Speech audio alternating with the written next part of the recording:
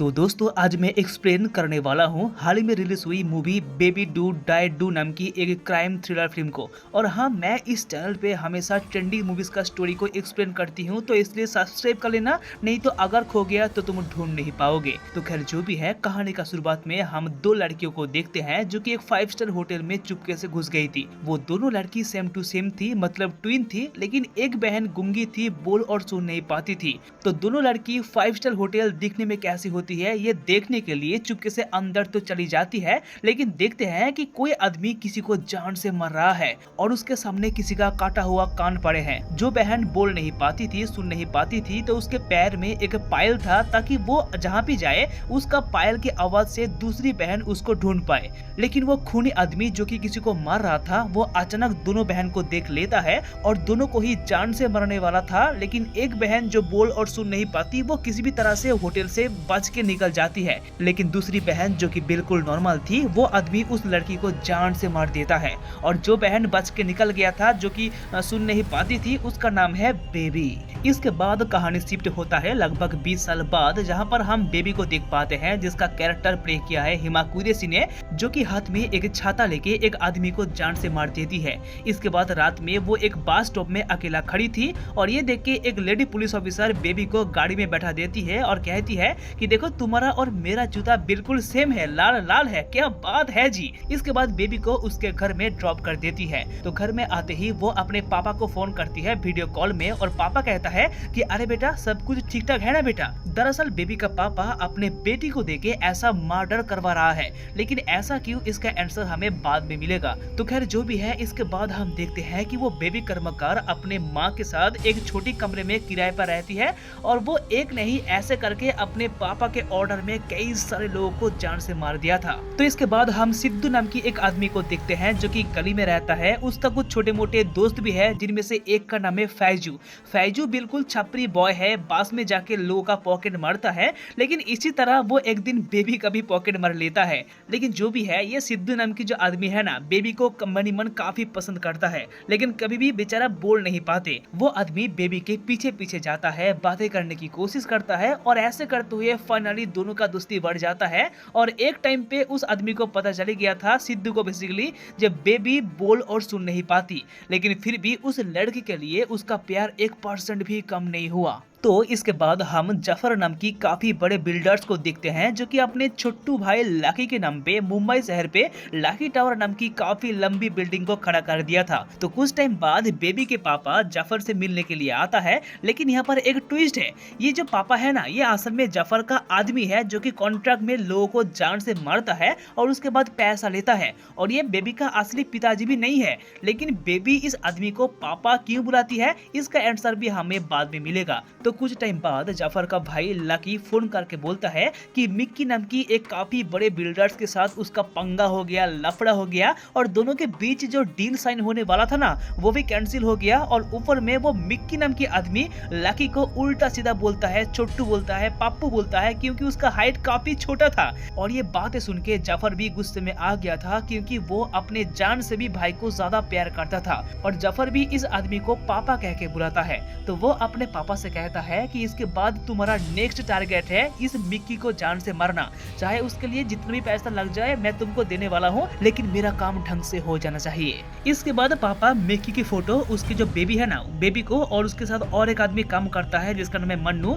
तो उसको दिखाती है और बोलता है कि आज से तुम दोनों का नेक्स्ट टारगेट है इस आदमी को साइड करना। और ठीक उसी टाइम पे उसके घर में एक आदमी आता है जिसको ना इस फिल्म पे ब्लैक एंड व्हाइट करके बुलाया गया। तो वो आदमी पापा से कहता है कि आपके जो पिछले वाला फ्लैट था ना, जो कि बंद पड़ा है, मैं वहाँ पे जाना चाहता हूँ, क्योंकि एक आदमी है जो कि शादीशुदा करके वहाँ पे सेटल होना चाहता है। तो मैं चाहता हूँ कि आपकी पुराने बंद पड़े फ्लैट को बेच डालूंगा और उसके बदले में जितने पैसे मिलेगा कुछ परसेंटेज मेरा और कुछ परसेंटेज आपका। और हाँ, मैं हाई कोर्ट में काम करता हूँ। मीनवाइल कुछ दिन बाद शहर के एक हिडन जगह पे जेंट्स लोगों का प्राइवेट पार्टी हो रहा था, जहाँ पे मिक्की भी मौजूद थे और उसको मारने के लिए वहाँ पे मुन्ना बेबी का वो छतरी बंदूक लेके आ गया था। लेकिन वो मिक्की लड़की को मार नहीं पाता क्योंकि वो ऐसा काम पहले कभी नहीं किया। तो पार्टी खत्म होने के बाद जब मिकी अपने बॉडीगार्ड के साथ बाहर आता है तो देखता है कि सामने एक लड़की बेहोश होकर पड़ी है। मिकी और उसके बॉडीगार्ड उस लड़की को बचाने के लिए जाता है, लेकिन तभी बेबी काफी चालाकी से मिकी को जान से मार के वहाँ से भाग जाती है और ये पूरा सीन वहाँ पे सीसीटीवी फुटेज में कैच हो गया था। तो अगले दिन लेडी पुलिस ऑफिसर मिकी के वाइफ के पास आती है और कहती है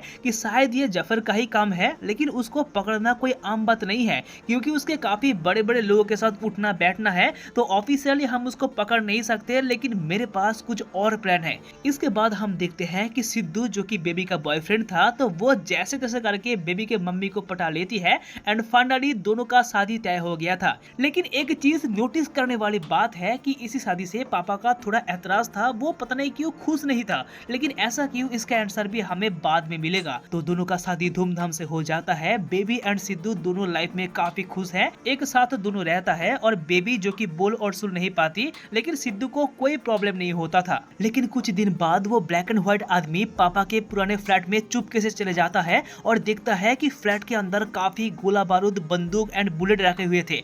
वो आदमी समझ जाता है कि ये पापा, मन्नू और बेबी जो है ना, ये तीनों लोग कुछ काला धंधा चला रहा है। इसके बाद वो पापा को फोन करके कहता है कि देखो भाई, मेरे को ना 5 लाख चाहिए, नहीं तो तुम्हारे फ्लैट में जो काला धंधा है ना, उसका मैंने फोटो वीडियो बना लिया, उसको मैं हाई कोर्ट में दिखा दूंगा। और यहाँ से मामला पूरा गड़बड़ हो जाता है। तीनों का काला राज पकड़ ना जाए, तो इसलिए पापा मन्नू को कहता है कि देखो तू जा, तू हाई कोर्ट में जा और उस ब्लैक एंड व्हाइट को मार के आ, इसके अलावा हमारे पास और कोई चारा नहीं है। तो प्लानिंग के मुताबिक मन्नू हाई कोर्ट में जाके उसी छत्ता से जिसके अंदर साइलेंसर वाला बंदूक सेट था, तो उसी छत्ता से गलती से एक और ब्लैक एंड व्हाइट आदमी को जान से मार डालता है। और बाद में पता चला कि मन्नू जिस आदमी को मारा है ना, वो एक्चुअली सिद्धू के दोस्त फैजू के पिताजी है, जो कि हाई कोर्ट में काम करता था। तो इसके बाद ब्लैक एंड व्हाइट आदमी फिर से पापा को फोन करके धमकी देती है कि तुम लोगों ने मेरे को जान से मारने की कोशिश की थी, लेकिन मिस हो गया, ठीक है कोई बात नहीं, लेकिन मेरा 5 लाख दे देना, नहीं तो तुम्हारा खेल खत्म। और ये सब कुछ देखने के बाद पापा का हालत खराब हो जाता है और बेबी तय करता है कि अब वो खुद ब्लैक एंड व्हाइट को मारेगा। और यहाँ पे हमें काफी बड़े ट्विस्ट को रिवील किया जाता है कि आज से 20 साल पहले जब उसकी बहन को मार दिया गया था, तब उस टाइम पे ये आदमी बेबी को सहारा दिया था, हेल्प किया था, और तब से लेके आज बेबी उस आदमी को पापा कह के बुलाती है, जो कि एक्चुअली उसका पापा नहीं है। उस आदमी का असली नाम है पीएम जैन। लेकिन खैर जो भी है, प्रेजेंट टाइम पे 2 दिन बाद बेबी एक स्नाइपर लेके एक काफी बड़े बिल्डिंग पे पहुंच जाती है और उसके अगले फ्लैट में वही ब्लैक एंड व्हाइट वाला आदमी किसी के साथ मुलाकात करने के लिए आती है। लेकिन बेबी बंदूक से उस आदमी को, मतलब ब्लैक एंड व्हाइट को, खेल खत्म कर देता है, लेकिन एक काफी बड़ी गलती हो जाती है। असल में वो ब्लैक एंड व्हाइट आदमी उसका ही पति सिद्धू के साथ मीट करने के लिए आया था, क्योंकि सिद्धू कुछ दिन पहले उसको बोल के रखा था कि मेरे को ना एक 1 BH का फ्लैट चाहिए, क्योंकि मैं अपने वाइफ के साथ उस फ्लैट में सेटल होना चाहता हूँ।